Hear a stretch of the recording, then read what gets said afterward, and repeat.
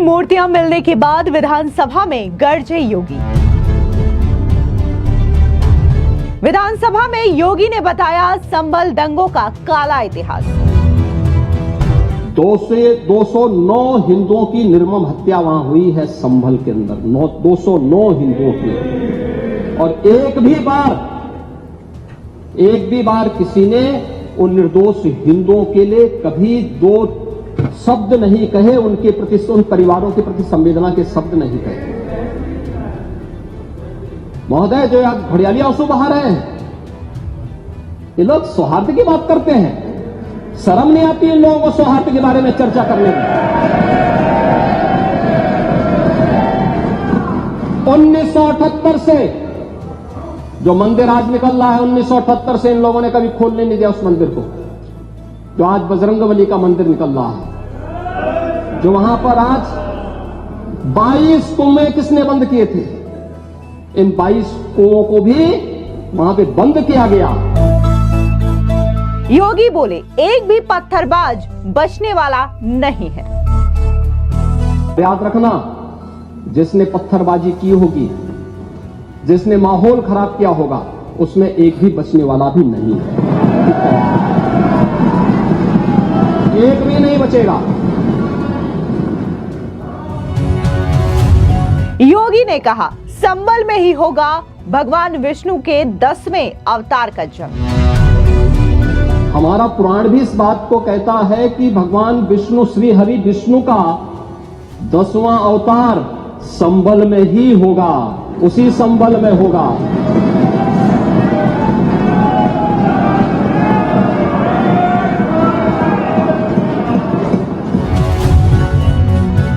संभल में हिंसा, उसके बाद शिव मंदिर और अब कुएं से 3 मूर्तियों के मिलने के बाद देखने को मिल रहा है कि राजनीति काफी ज्यादा चरम पर है। इस बीच आपको बता दें कि उत्तर प्रदेश के मुख्यमंत्री योगी आदित्यनाथ ने विधानसभा में जमकर विपक्ष के आरोपों पर पलटवार किया है। उन्होंने सीधे तौर पर यह कहा है कि जिसने भी संभल में वहां पर सौहार्द बिगाड़ने की कोशिश की है, पत्थरबाजी की है, एक भी आरोपी और एक भी दंगाई बख्शे नहीं जाएंगे। यानी कि सीधे तौर पर उत्तर प्रदेश के मुख्यमंत्री योगी आदित्यनाथ ने दंगाइयों को खुली चेतावनी दे दी है और यह कह दिया है कि वहां पर कैसे भगवान विष्णु के 10वें अवतार का भी जन्म होगा। दरअसल आपको बता दें कि उत्तर प्रदेश विधानसभा में संभल हिंसा को लेकर चर्चा की जा रही है। ऐसे में विपक्षी सदस्यों ने सरकार पर हिंसा की घटनाओं को लेकर के निशाना साधा।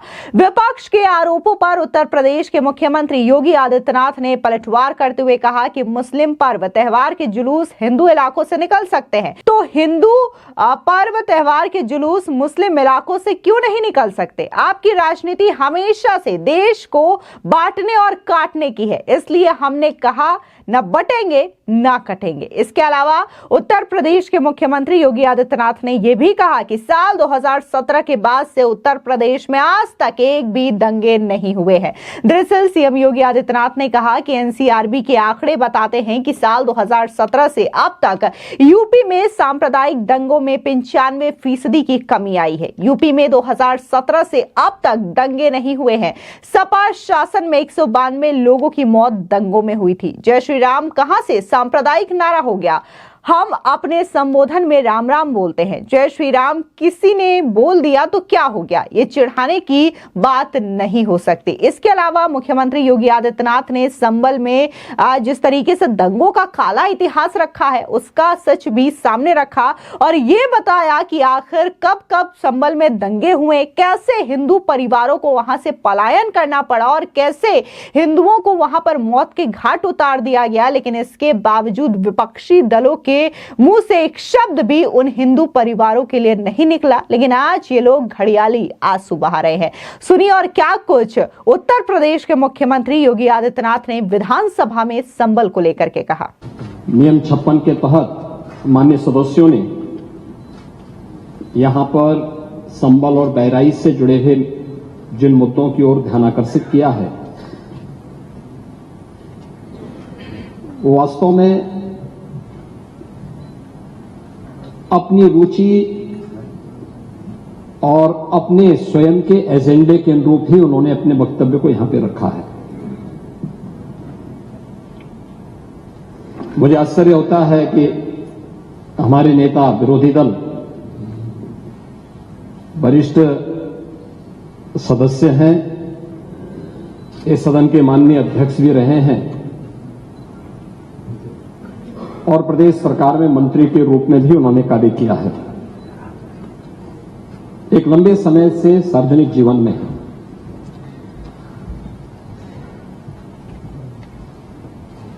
बुद्ध को हम भी मानते हैं,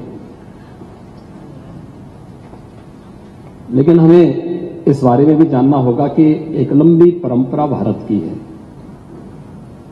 और भारत की उसी परंपरा के अनुरूप भारत की विरासत और विकास के समन्वय के साथ ही सरकार कार्य कर रही है। मैं प्रदेश के प्रशासन या अपने स्तर पर प्रदेश के जिस सांप्रदायिक माहौल की आप चर्चा कर रहे हैं, आप सभी माननीय सदस्यों ने जिन मुद्दों को रखा है, मैं उस पर बहुत वो नहीं कहूंगा, क्योंकि एनसीआरबी के जो आंकड़े हैं वे इस बात को बताते हैं कि 2017 से लेकर के लगातार अब तक प्रदेश में सांप्रदायिक दंगों की जो स्थिति है उसमें 97 से लेकर 99% तक कमी आई है। एनसीआरबी का डाटा है।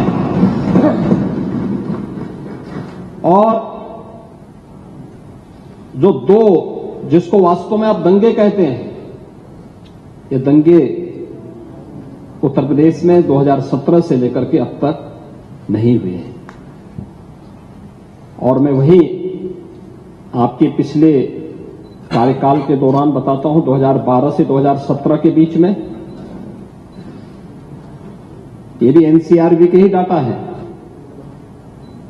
प्रदेश में 815 सांप्रदायिक दंगे हुए और 192 लोगों की मौत उसमें हुई है। मैं उस पर चर्चा करूंगा। उससे पहले भी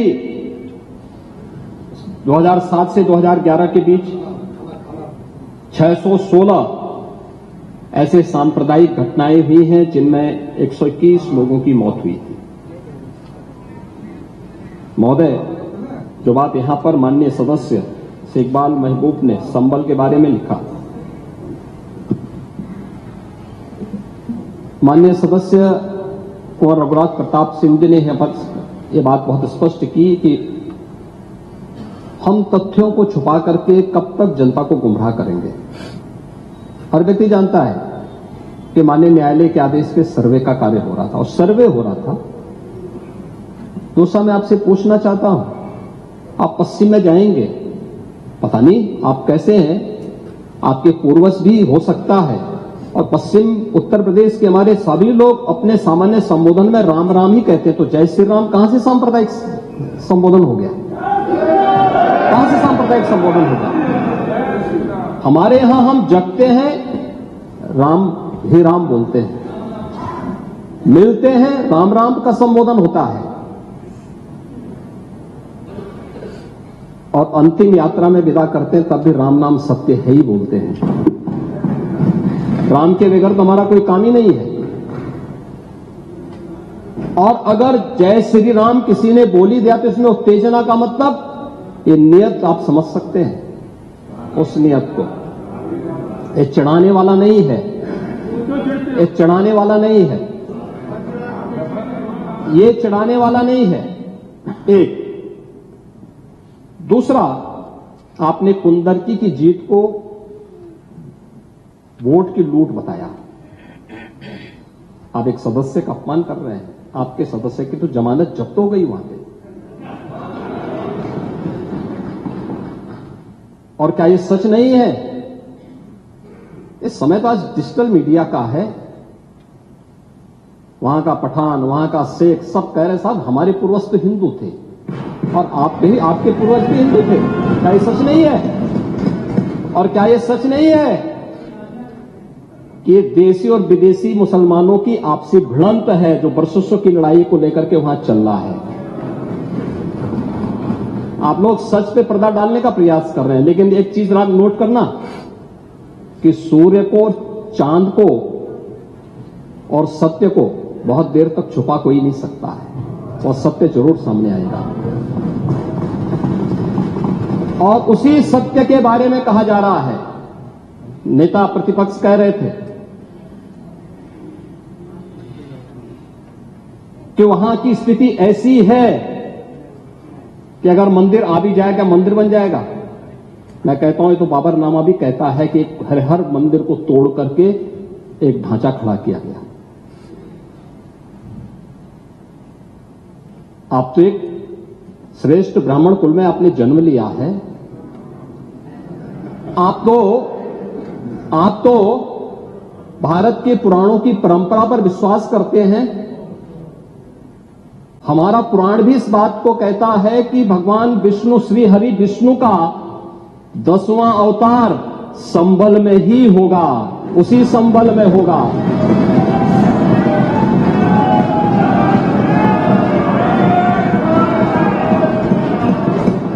और यह तो केवल सर्वे की बात थी। माननीय न्यायालय के आदेश पर जिलाधिकारी का मतलब जिले का एडमिनिस्ट्रेटिव हेड, पुलिस अधीक्षक उस जिले की पुलिस फोर्स का मुखिया है। इनका दायित्व है कि शांतिपूर्ण तरीके से किसी सर्वे के कार्यक्रम को वहां पे संपन्न करना, माननीय न्यायालय के आदेश को अक्षरशः अनुपालन करना। और सर्वे 19 नवंबर को भी हुआ, 21 नवंबर को भी हुआ,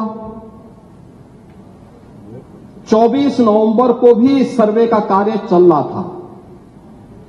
क्या यह संभव है? नहीं, 21 को संपन्न नहीं हुआ था।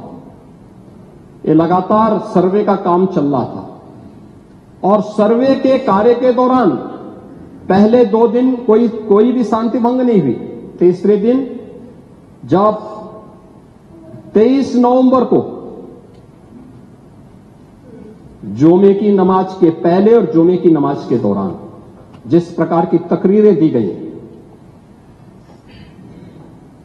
उन तकरीरों के बाद माहौल खराब हुआ। और फिर उसके बाद जिस प्रकार की स्थितियां की गई थी वो सबके सामने थी।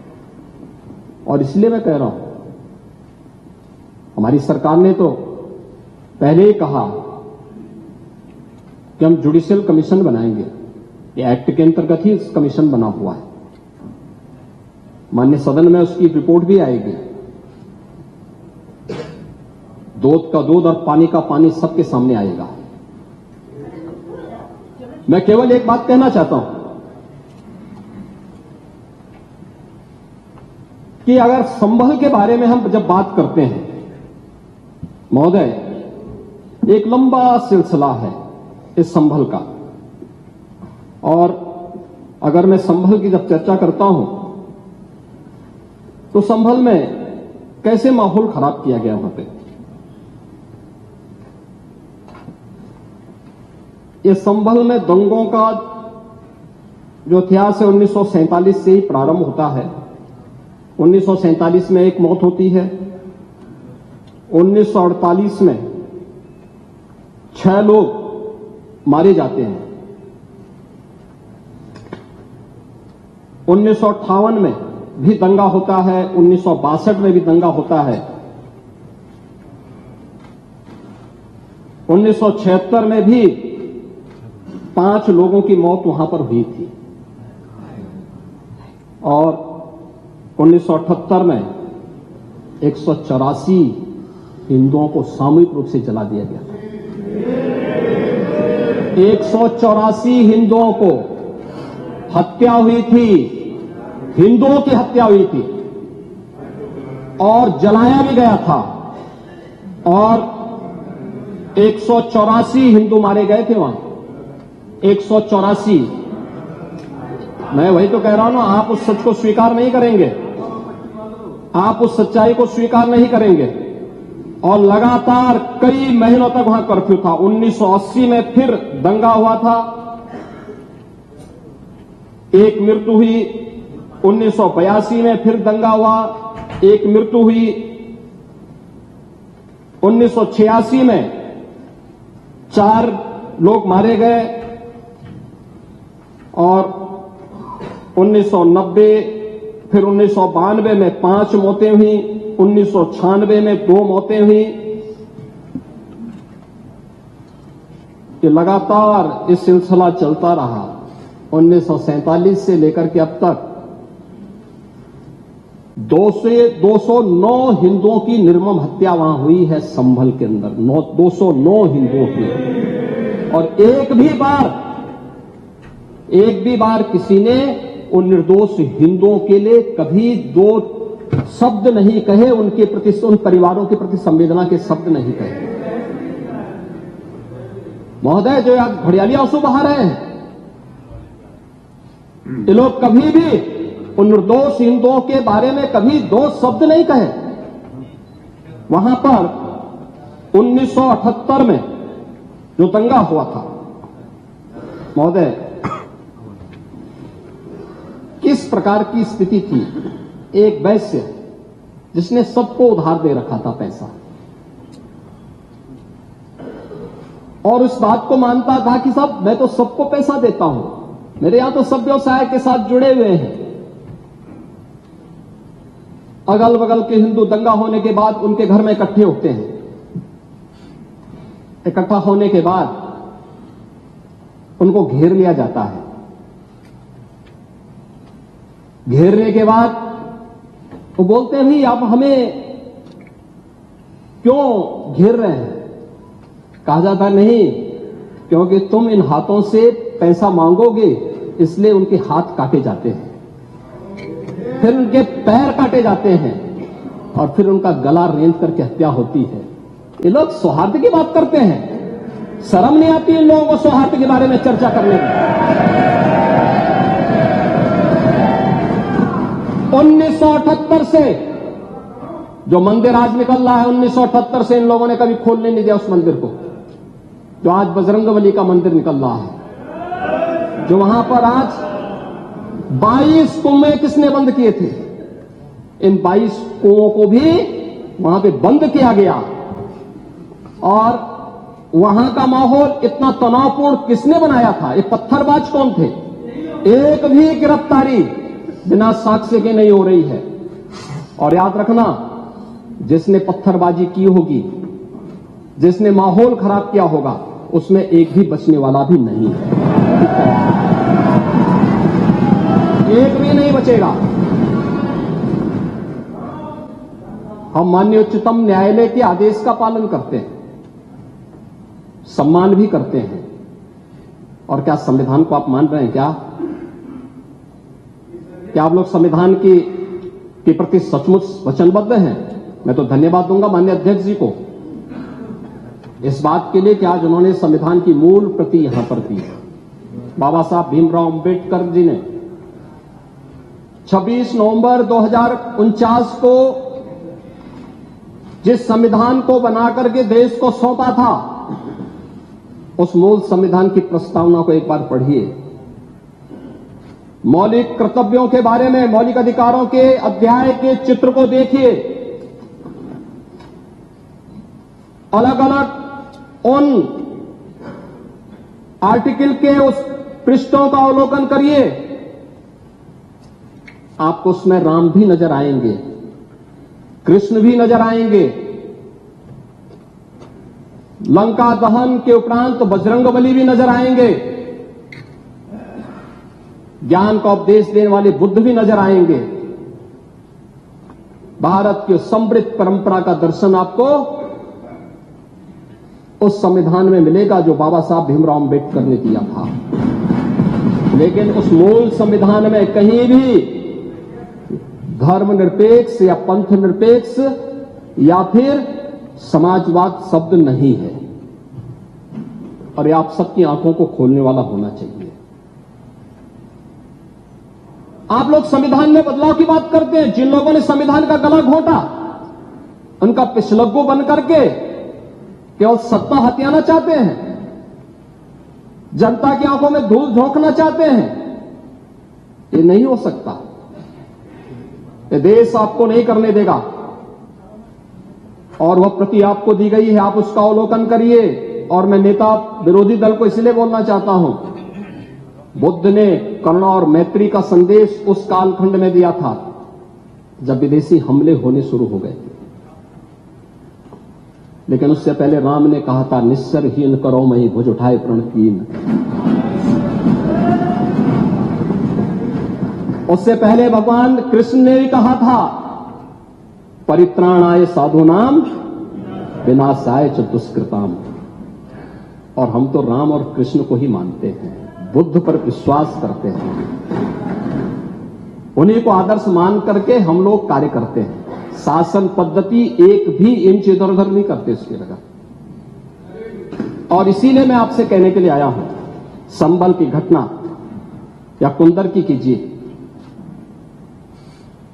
जैसे ही आपकी खटाखट की असलियत सामने आई, जनता ने कहा सपा चल।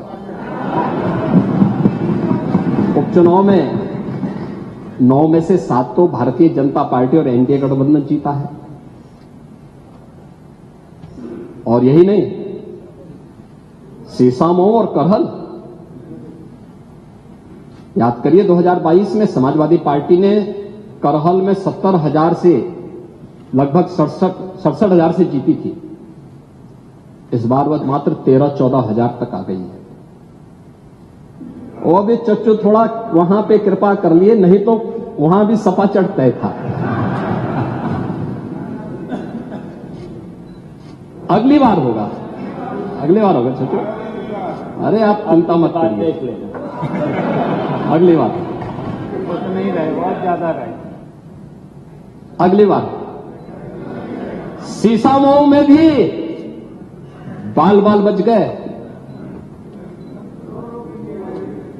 आपको बता दें कि इस दौरान मुख्यमंत्री योगी आदित्यनाथ ने कहा कि संबल में ही भगवान विष्णु का 10वां अवतार होगा। सीएम योगी ने विधानसभा में कहा कि संबल में भड़काऊ तकरीरों से माहौल खराब हुआ है। उन्होंने कहा कि कोर्ट के आदेश पर संबल में सर्वे हो रहा था, डीएम एसपी शांति से सर्वे कराने गए थे। उन्होंने संबल हिंसा पर विपक्ष को दो टूक करते हुए कहा कि पत्थरबाजी में शामिल एक भी आरोपी बख्शा नहीं जाएगा, सबको सजा मिलकर रहेगी। संबल जामा मस्जिद में मंदिर होने के दावे पर सीएम योगी ने कहा कि सूर्य, चांद और सत्य को बहुत देर तक नहीं छिपा सकते। ये तो बाबरनामा में भी लिखा है कि हर मंदिर को तोड़कर एक ढांचा खड़ा किया गया है।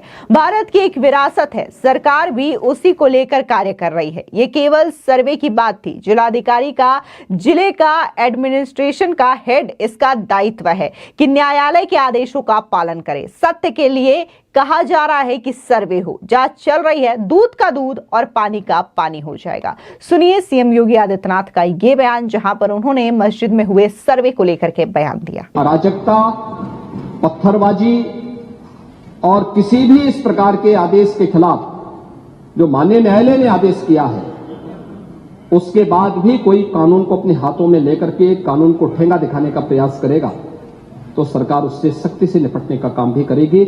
और वही सख्ती वहां पर आवश्यक है जहां पर लोगों ने माहौल खराब करने का प्रयास किया है। एक भी निर्दोष नहीं जाएगा। जितने भी विजुअल्स होंगे उसके वीडियो फुटेज हैं, गोली चलाते हुए, कट्टा लहराते हुए,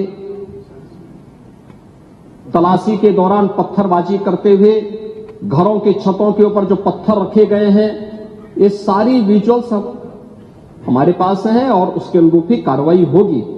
हां, ये जरूर आश्वस्त करते हैं कोई निर्दोष के खिलाफ कोई कार्रवाई नहीं होने वाली, अब तक नहीं हुई है, आगे भी नहीं होगी। लेकिन कोई दोषी होगा उसको कोई बचा भी नहीं पाएगा। यह भी मैं इस सदन के माध्यम से पूरे प्रदेश के अंदर बहुत स्पष्टता के साथ कहना चाहूंगा कि सरकार की जीरो टॉलरेंस की नीति पहले दिन से है। अपराध और अपराधियों के प्रति, दंगों और दंगाइयों के प्रति वही जीरो टॉलरेंस की नीति के साथ सरकार कार्य करेगी। इन दोनों मामलों में राजनीति की बजाय हमें समग्रता की दृष्टि से देखना होगा। और समग्रता की दृष्टि से ये जो मैंने पहले माननीय नेता विरोधी दल को कहा कि आखिर ये कहां लिखा है संविधान में कि किसी मुस्लिम बाहुल्य क्षेत्र में हिंदू शोभा यात्रा नहीं निकल सकती, और जब आप रोकते हैं तभी हिंदू पक्ष से भी रिएक्शन आता है कि साहब हम भी नहीं जाने देंगे। तो मैं आश्चर्य मुझे आश्चर्य होता है इन बातों को लेकर के कि मस्जिद के सामने से नहीं निकलने देंगे। क्यों नहीं निकलने देंगे? ये सड़क क्या किसी की है क्या? ये सार्वजनिक मार्ग है, कैसे आप रोक सकते हैं? परंपरागत बहराइच में भी परंपरागत जुलूस था, परंपरागत जुलूस था, वही मैं कह रहा हूं, परंपरागत जुलूस था। और उसी परंपरागत जुलूस को आगे बढ़ाने के लिए सारे कार्यक्रम संपन्न हुए थे, आगे भी संपन्न होंगे। लेकिन ये चीजें तय करना, ये कहना कि उत्तेजक नारे लगाए जा रहे थे, जय श्री राम का नारा उत्तेजक नहीं है, ये हमारी श्रद्धा का नारा है, हमारी आस्था का प्रतीक है। कल मैं आपसे कहूंगा कि अल्लाह अकबर का जो स्लोगन है ये हमें अच्छा नहीं लगता, नहीं आपको हम रोकें तो क्या आपको अच्छा लगेगा?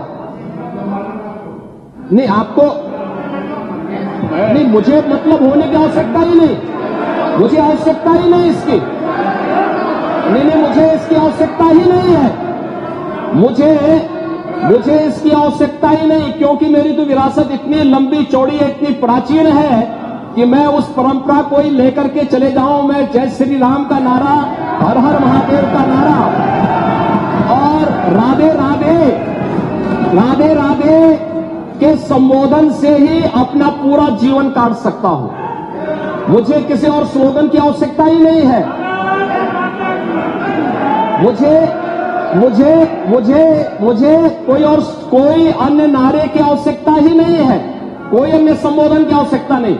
लेकिन मैं आपसे कहना चाहता हूं, कल कोई आपसे कहेगा, कोई हिंदू भी ये कहेगा कि साहब हमें भी परेशानी है, आप लोग मत बोलिए, क्या आपको अच्छा लगेगा? और कोई भजन गाया जा रहा है, आप उस भजन को अश्लील कैसे कह सकते हैं? कैसे कह सकते हैं? कांवड़ यात्रा में क्या अश्लील गाने बजते हैं? अरे भगवान शिव के गाने बजते हैं, भगवान शिव के भजन गाए जाते हैं। दुर्गा पूजा के दौरान तो शोभा यात्रा निकलती है, जगत जननी मां भगवती दुर्गा के आरतियां बजती हैं, उनकी चालीसा बजती है, हनुमान चालीसा बजता है। ये हमारे यहां शक्ति के प्रतीक भी है और भक्ति के प्रतीक भी है। नहीं तो वही तो ऐतराज है, समस्या तो उसी बात को लेकर के है, सारा विवाद तो उसी बात को लेकर के है, सारा विवाद तो उसी बात को लेकर के है। और मुझे लगता है आपने बाबरनामा पढ़ा होता तो आप मुझसे बहस करते ही नहीं, जिसमें स्वयं मीर बाकी के द्वारा हरिहर मंदिर तोड़ने का जिक्र किया गया है। क्या बात करते हैं आप? और मुझे लगता है ये जितने लोग यहां पर हैं, ये वहां पे कोई नहीं रहा होगा, लेकिन आपके फोरफादर और फोरफादर के आगे की पीढ़ी उसकी भुक्त भोगी रही होगी, इसलिए आज इस स्थिति में आप लोग वहां पे हैं। कुंदरकी में लोगों का एहसास हुआ है, एक दिन एहसास आपको भी होगा और जरूर होगा। और इसीलिए मैं आपसे कहना चाहूंगा कि ये सनातन की जीत है, जो कुंदरकी की जीत है, ये भारत की वास्तविक जीत है, ये भारत के संविधान की जीत है, जो कुंदरकी, कटहरी, खैर, गाजियाबाद, मीरापुर, फूलपुर, मझवा यहां पे हुई है। ये वास्तव में यही है भारत के संविधान। आप तो सबको कटघरे में खड़ा करते हैं।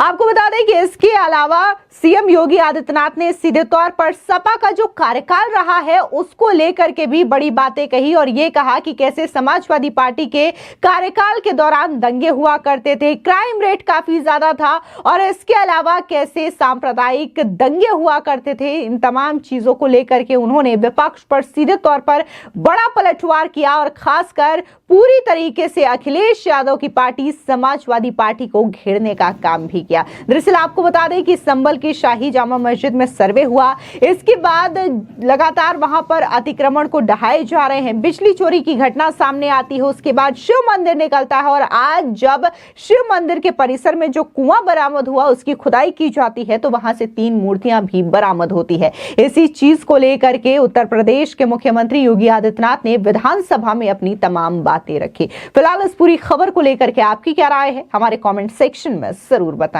धन्यवाद।